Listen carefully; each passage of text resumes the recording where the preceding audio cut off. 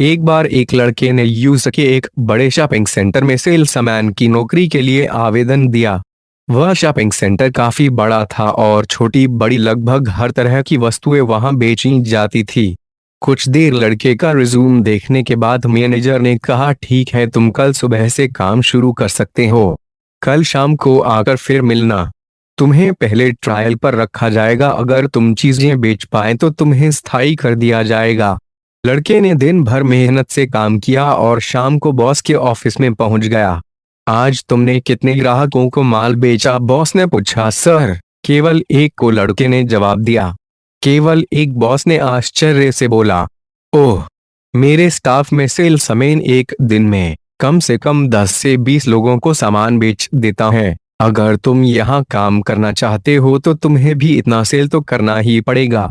वैसे तुमने कितने का सामान बेचा? बॉस ने कहा।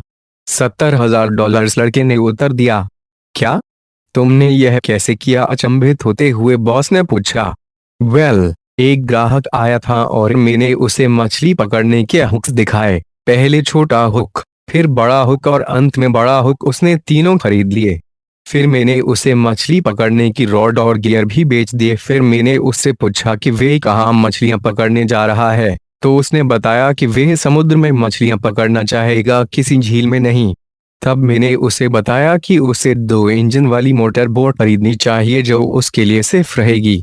उसने वह भी खरीद ली। फिर मैंने पूछा कि वह अगर बड़ी मछलियां पकड़ेगा तो उन्हें ले जाने के लिए उसे एक मिनी ट्रक की जरूरत भी पड़ेगी। मैंने उसे कुछ मिनी ट्रक बताए और उनमें से उसने एक खरीद लिया। यही नहीं, उसने कैंपिंग का सामान भी खरीदा। इतना सब सुनकर मैनेजर आश्चर्य में पड़ गया और उसने कहा, तुमने उस व्यक्ति को इतना कुछ बेच दिया जो केवल एक फिशिंग हुक खरीदने आया था? नहीं सर, वो तो सरदर्द और डिप्रेशन की दवा लेने आया था।